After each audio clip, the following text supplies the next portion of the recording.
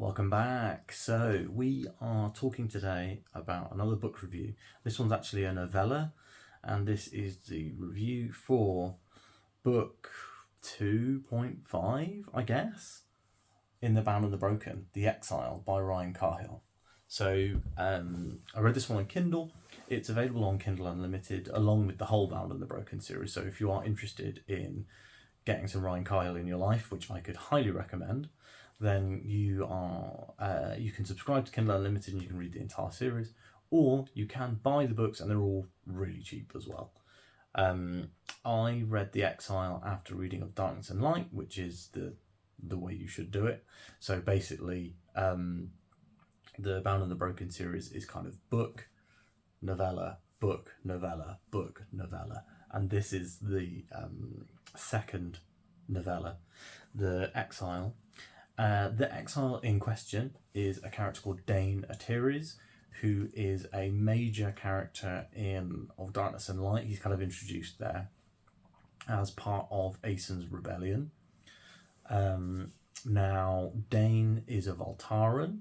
The Voltarans are kind of a hybrid. I said this before, they're like a hybrid, like Viking and Imperial Roman sort of society.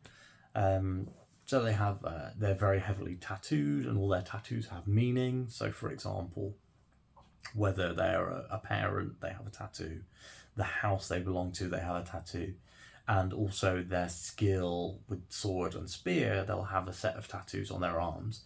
So they'll have a ring for each kind of level of skill, and then a line through that ring through all the rings when they've achieved the spear master or the blade master trait, which is really cool. There's a lot of times that it's referenced in the books where Dane will see a Voltaran and be like, this guy's a spear master, and he kind of knows instantly, and I thought that was quite a cool concept. So this book is basically a prequel for Dane's character exclusively. He's the POV in the Exile. And he is, this is kind of about the 12 years leading up to him turning up in Of Darkness and Light. So you start off with seeing why he goes into exile, so what happens to his home and to his family. And then you see what he does during that exile. And it's quite cool because you've already seen him return in Of Darkness and Light, so you know where he gets to. But Cahill manages to keep the kind of tension and the intrigue and the mystery of what he was doing during those years all the way through the book, and I really enjoyed that. So if you have been a fan, I think this is probably one of the best prequels I've read. So I've often said, and I haven't really said this on this channel, but I'd often say that prequels don't tend to work. And they don't tend to work because there's no tension about the characters. However, while there isn't tension in terms of, will he live or will he die? Because you know that he lives and he's in the previous book. There is kind of a tension in finding out the kind of man that Dane has to become during those 12 years in order to survive and return to his family in a position to do the things that he does in book 2. So you get to meet, you get to kind of see some of the major characters from Dane's point of view.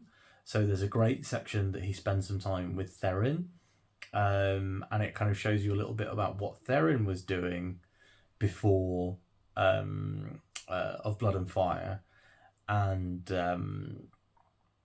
that's really, really cool. That's definitely my favourite part of the book.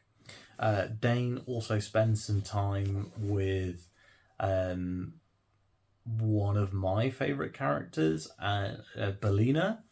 So Belina Luna, she's a bard / assassin / thief / general cool person.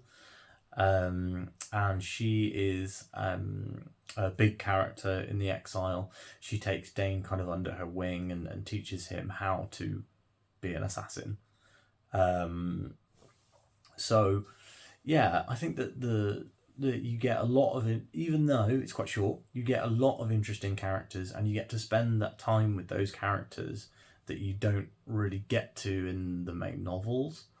And just getting to see Dane's backstory and how he's got to where he gets in Of Darkness and Light is genuinely really interesting. So, yeah, I rated this one. I can't remember whether I gave it a 4 or a 5 star.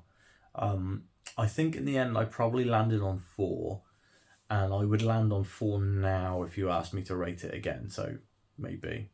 And I landed on a 4 simply because this book is basically 4 short stories set across those 12 years. And while I didn't hate that, it would have been nice for them to have bled together a little more. So I'd like to have maybe seen more continuity between each of the sections of the book, weaving it into one story rather than these separate stories across the years, giving you that peek into his life during that in-between time. So, should you read The Exile? Yes, if you have read book 1, 0.5, and 2 of The Bound and the Broken. The novellas in Bound and the Broken are 100% unskippable. So you don't get to see enough of Belina or Dane in the previous books to kind of glean why they are the way they are. A lot of that is in The Exile. And also there's a couple of characters that are introduced in the Theron section that become important in Of War and Ruin. And I think it's important. I think that these novellas are really quite essential when it comes to if you're reading The Bound and the Broken. The benefit there is that they are very cheap on Kindle. They're often 99p, and I think even the list price is only $2.99.